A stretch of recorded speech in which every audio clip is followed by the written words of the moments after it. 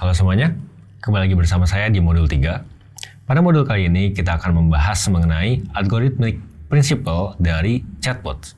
Ya, berarti kita akan mempelajari mengenai apa sih yang dibalik chatbot ini gitu, prinsipnya seperti apa aja gitu. Setelah kita mempelajari mengenai bagaimana chatbot bekerja di modul sebelumnya, gitu ya.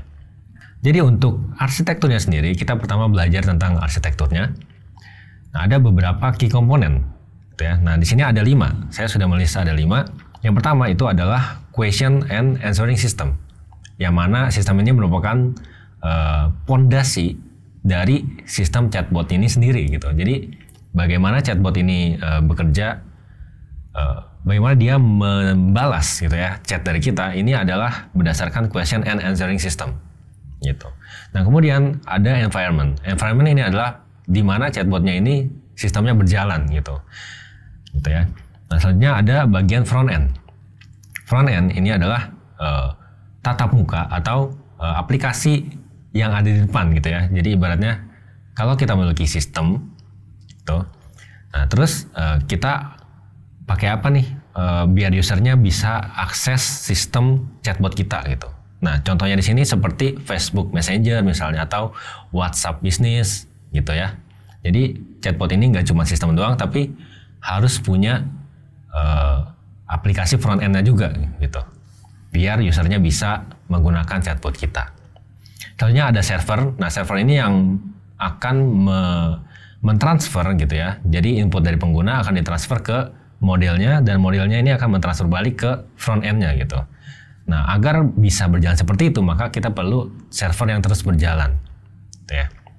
Nah, yang terakhir ini ada custom integration. Nah, integrasi ini sebenarnya tidak harus dimiliki oleh semua chatbot, namun chatbot seperti Siri dan Google Assistant itu memiliki arsitektur ini, gitu ya. Jadi arsitektur custom integration ini memungkinkan chatbot untuk mengintegrasikan dirinya ke aplikasi atau platform yang lain, seperti misalnya alarm atau kalender dan lain-lainnya. Nah, ini masih di arsitektur chatbot.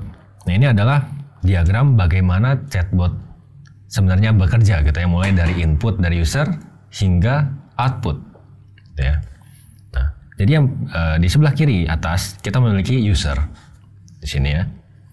Nah, user ini akan melakukan interaksi dengan chatbot melalui messenger atau front end gitu.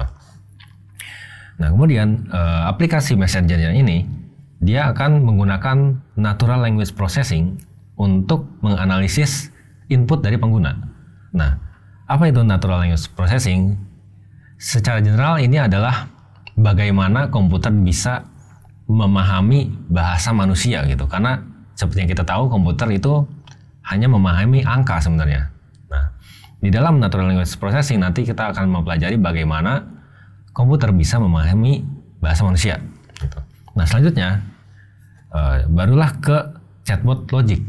Nah, di chatbot logic ini kita bisa membalas pengguna dengan berbagai macam cara gitu ya, seperti yang sudah kita bahas. Bisa aja kita pakai rule base. Kalau dalam rule base berarti logiknya itu kita akan ngambil dari database. Ngambil database untuk membalas si penggunanya. Nah, kalau kita menggunakan machine learning, berarti kita akan masukin inputnya ini ke model, gitu ya, model machine learning, dan kemudian modelnya ini akan membalas sendiri, seperti itu.